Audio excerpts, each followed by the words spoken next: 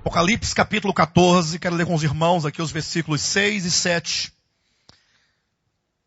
Uma porção muito preciosa da Escritura.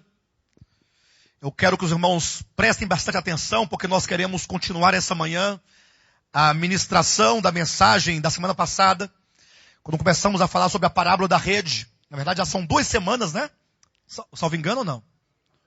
São 2 semanas já falando acerca daquela 7ª parábola, a parábola da rede, que compõe um conjunto de parábolas selecionadas por Mateus no capítulo 13 do seu evangelho, em que ele se propõe a nos revelar os mistérios do reino dos céus.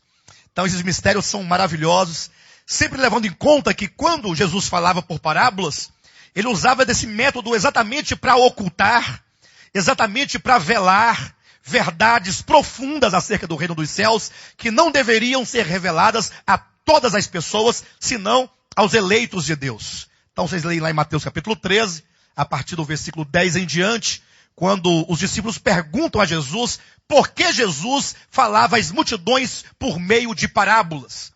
Jesus disse que ele falava por parábolas para que as multidões vendo não vissem e ouvindo não ouvissem, para que assim somente aos eleitos fosse dado, então, a conhecer os mistérios do reino dos céus. E pela graça de Deus, nós estamos hoje em 2015, né? O ano é 2015, e nós temos sido agraciados por tais revelações. Revelações essas que têm transformado nossa vida, têm transformado nossa maneira de contemplar as coisas de Deus, sobretudo em relação à natureza do reino de Deus, e a ação do maligno contra esse reino de Deus, fazendo com que os homens, sobretudo os servos de Cristo, percam o foco do reino, percam a compreensão acerca do reino, mas Deus tem nos restaurado a visão, tem nos dado essa revelação, e nós então temos nos voltado a essas verdades. Amém?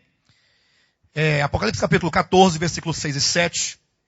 Daqui nós vamos então lá para Mateus capítulo 25, versículo 30 em diante.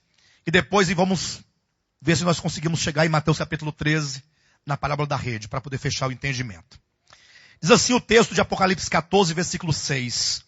Vi outro anjo voando pelo meio do céu, tendo um evangelho eterno para pregar aos que se assentam sobre a terra, e a cada nação, e tribo, e língua, e povo, dizendo em grande voz: temei a Deus e dai-lhe glória, pois é chegada a hora do seu juízo. E adorai aquele que fez o céu, e a terra, e o mar, e as fontes das águas.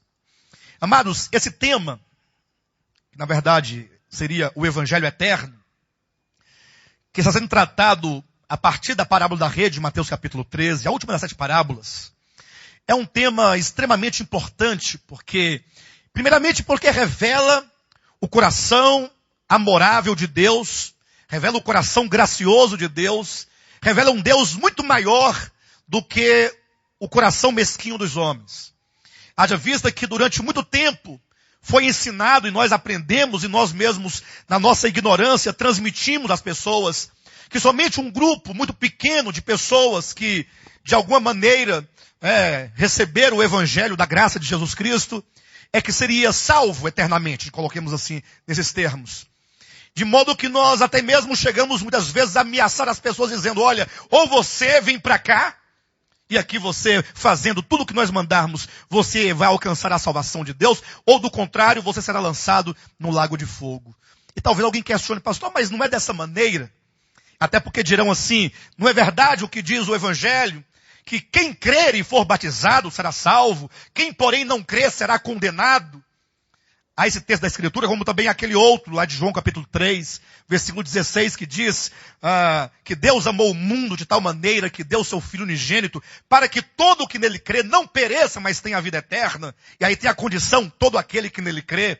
Como também em João capítulo 14, versículo 6, quando Jesus falou: eu sou o caminho, a verdade e a vida, ninguém vem ao Pai a não ser por mim, colocando uma condição absoluta ali, de que não há outro meio, não há outra maneira, senão confessando e crendo nesse nome precioso, que é o nome de Jesus Cristo.